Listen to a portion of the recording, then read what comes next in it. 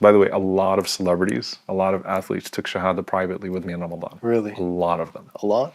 A lot. This mother and her 5 children embraced Islam that day. They just happened to come to the masjid that day. They sat through the seminar. A mother and 5 children embraced Islam. And I was,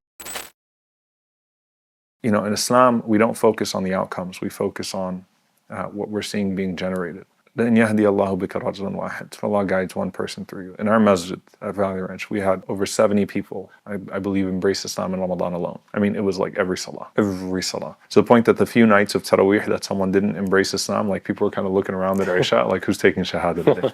Almost all of them cited Gaza. We've had people through Yaqeen. I cannot tell you how many people have embraced Islam, alhamdulillah. I'll share with you a story that, subhanAllah, to me was just so beautifully hopeful. It was my favorite story in Ramadan. There was a sister, she's a professor of political science. She started following Yaqeen through Gaza. And then when Ramadan came around, she started watching the YME series. And her 10-year-old daughter in the back, she didn't realize, was also listening. And her 10-year-old daughter said to her mom, "Can we become Muslim?" Oh, wow. And alhamdulillah, she and her mom took Shahada together with me, alhamdulillah. And it was the most beautiful Shahada out of all the Shahadas. By the way, a lot of celebrities, a lot of athletes took Shahada privately with me in Ramadan. Really? A lot of them. A lot? A lot. Allah. More in the last few months than ever before Gaza. SubhanAllah. Just privately. So there are a lot of athletes and celebrities that have some good takes on Palestine. Many of them, alhamdulillah, became Muslim, privately, but they want their journey, right? They don't want the Muslim community to eat them. Yeah.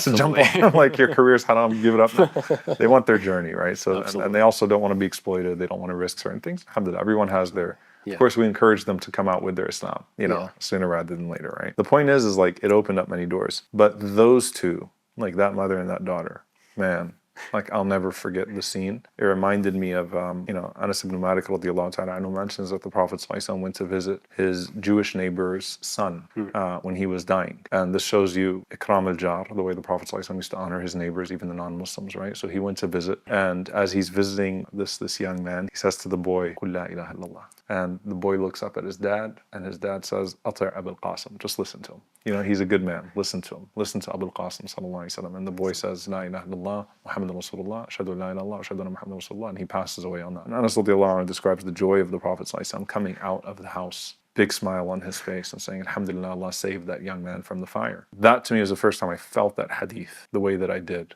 There's one other time in history, in my own personal history, where there was I was teaching a course on Umar ibn Abdul Aziz rahimahullah, and this mother and her 5 children embraced Islam that day. They just happened to come to the masjid that day. They sat through the seminar. A mother and 5 children embraced Islam, and I was looking at all of them and sort of relating to the hadith of the Prophet ﷺ. So look, there's the da'wah that's being given. You call people to Islam with husn al-akhlaq, with good character, husn al-khuluq, right? To call people to Islam with good character is one thing. To call people to Islam by showing courage in the face of tyranny is another thing. And Gaza is doing da'wah right now. That's something they don't. Like when I talk to someone in Gaza, I'm like, you don't understand how many people you have saved on the Day of Judgment. You don't understand how many people have come to Islam because of you. And that's all in your mizan, inshallah. That's all in your scale on the Day of Judgment. You don't know. You've opened up the doors all over the world in a way that you just don't understand. So alhamdulillah, Allah connects Nasr and Fatah together with the victory and the opening with رَأَيْتَ النَّاسَ يَدْخُلُونَ فِي دِينِ اللَّهِ أَفْوَاجًا. People embracing Islam in large numbers. Those 3 concepts are inherently intertwined in the Quran. And we're seeing it with Gaza. We're seeing Nasr bi'idhnillahi ta'ala. We're seeing Allah's help coming because still a small group of people are holding strong. They are holding strong. They're being resilient, mashallah, in the face of this incredible onslaught. And you're seeing الناس يدخلون في دين الله أفواجا. You're seeing people embrace Islam in large numbers. The only thing left is al-Fatah. And inshallah, وَنَصْرٌ مِّنَ اللَّهِ وَفَتْحٌ قَرِيبٌ. That comes بإذن الله تعالى. Inshallah, ya Rab. That is unbelievably beautiful. SubhanAllah.